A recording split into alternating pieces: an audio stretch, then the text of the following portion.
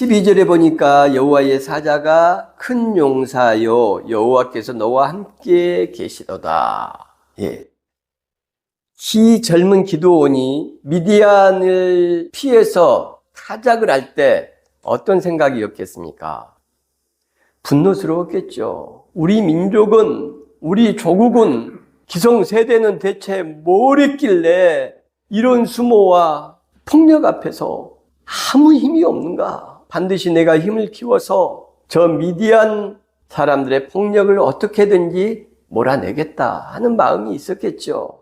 그때 천사가 나타나서 기포르 하일, 큰 용사요, 이렇게 이야기를 하는 겁니다.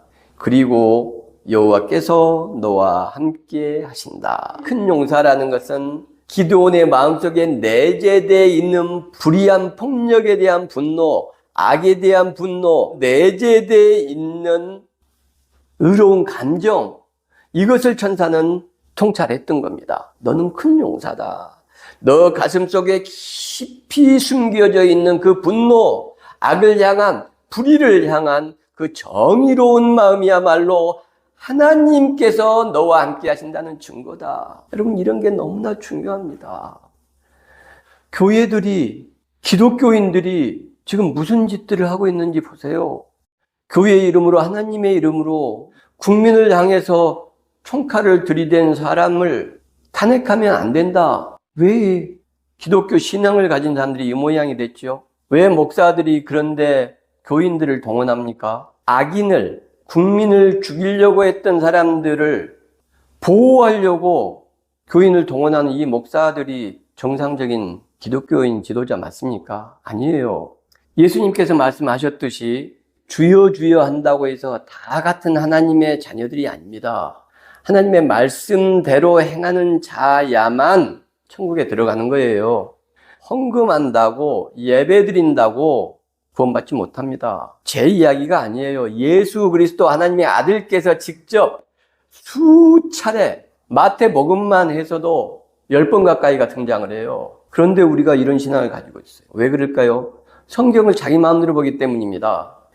미디안 사람들을 피해서 밀타작했지 않느냐? 그러니 겁 많은 사람이다. 아니, 왜 성경을 한 문장 한 구절만 봅니까? 맥락을 봐야 되고 전체를 보고 종합적으로 평가를 하고, 어떻게 겁 많은 사람이 미디안과 300명을 가지고 싸우고, 어떻게 겁 많은 사람이 온 지파가 숭배하는 바알과 아세라 상을 쪼개서 그걸로 하나님께 제사를 드리고 이런 것을 어떻게 할 수 있습니까? 할 수 없어요. 기드온의 마음속에 있었던 악에 대한, 폭력에 대한 분노, 이것을 지금 천사가 보고서 바로 그런 마음을 가진 사람이 큰 용사고, 그런 마음을 가졌다는 것은 하나님께서 너와 함께하는 것이다, 이렇게 이야기하고 있잖아요. 지금 천사가 점쟁이여서 기드온의 마음을 알고 있었다, 그냥 이렇게 봐야 되는 겁니까? 그런 것이 아니죠. 그래서 성경은 어떻게 해석하고 메시지를 찾아내느냐는 것이 너무나 중요합니다. 그래서 바로 찾아내면 하나님의 말씀이 되지만,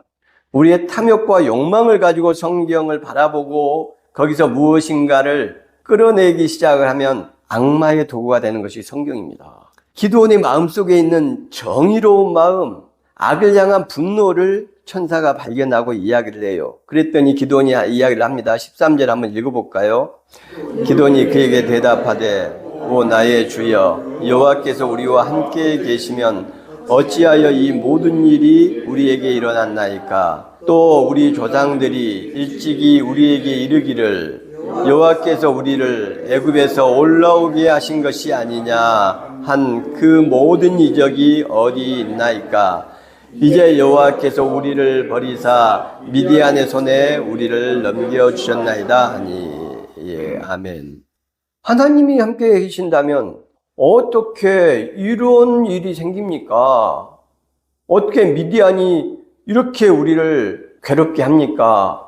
하나님이 살아계신다면 어떻게 대통령이 국민을 향해서 총칼을 들이댑니까? 이거 똑같은 거예요.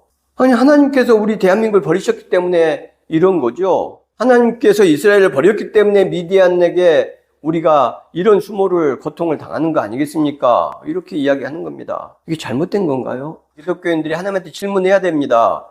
하나님, 우리를 버리신 겁니까? 우리 대한민국을 축복하셨지 않습니까? 왜 이런 일이 일어난 겁니까? 하나님이 안 계신 거 아닙니까? 하나님이 계시다면 어떻게 선진국 반열에 든 세계 10대 경제 대국인 대한민국에 쿠데타 시도가 있단 말입니까? 이런 야만적인 현상이 어떻게 민주주의 사회에서 있단 말입니까? 이렇게 질문할 수 있죠. 하나님이 살아계시다면 이건 있을 수 없는 일입니다. 할 수 있습니다.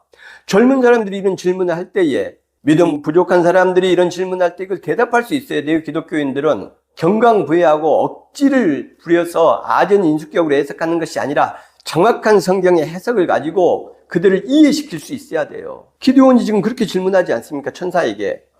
여호와께서 그를 향하여 이르시되 너는 가서 너의 힘으로 이스라엘을 미디안의 손에서 구원하라. 내가 너를 보낸 것이 아니냐 하시니라. 14절 말씀이에요. 기드온은 지금 하나님이 살아계신다면 어떻게 이런 일이 있습니까? 그 전에 조상들이 말하는 애굽에서 우리를 해방시켰다는 것도 다 거짓말 아닙니까? 이렇게 이야기를 하고 있습니다. 그랬더니 하나님께서는 그거 거짓말이 아니다. 어떤 뜻이 있다. 이렇게 말씀하신 것이 아니고 너는 가서 너의 힘으로 이스라엘을 구원하라. 이렇게. 이게 기독교인이 주신 하나님의 말씀입니다. 하나님 어떻게 민주주의 사회에서 2024년 12월 3일 날 대한민국에서 이런 일이 일어납니까? 어떻게 교회가 목사들이 그런 폭력을 지지하고 집회를 하고 돈을 뿌리고 사람을 동원하고 이런 폐악한 행위를 버젓이 행합니까? 이건 하나님이 안 계신다는 증거죠. 대한민국을 버리셨다는 증거죠. 이렇게 이야기를 할 때 하나님은 뭐라고 말씀하십니까? 너가 가서 너의 힘으로 이스라엘을 구해라. 너를 통해서 하나님께서 역사하신다는 것을 너 삶으로 보여라.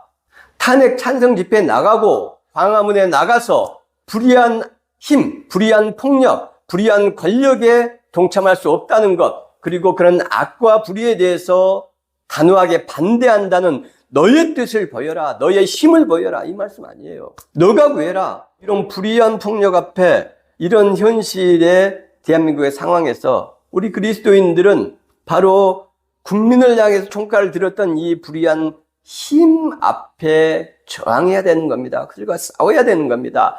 내 이웃들이 가고 있고 의로운 사람들이 가고 있고 많은 시민들이 가고 있으니까 나는 방 안에 앉아 있겠다라고 말하는 것이 아니라 하나님께서는 너가 가라. 하나님이 안 계시기 때문에 이런 일이 일어났다고 말하는 바로 너를 통해서 하나님은 일하시기를 원한다. 너의 말과 삶을 통해서 그리스도인들을 통해 대한민국을 구원하셨다라고 이야기 듣기를 원하시는 분이 하나님이시다. 너 힘으로 대한민국을 이스라엘을 구원하라라는 말로 끝나지 않고 하나님께서 명확하게 말씀하십니다. 내가 너를 보낸 것이 아니냐.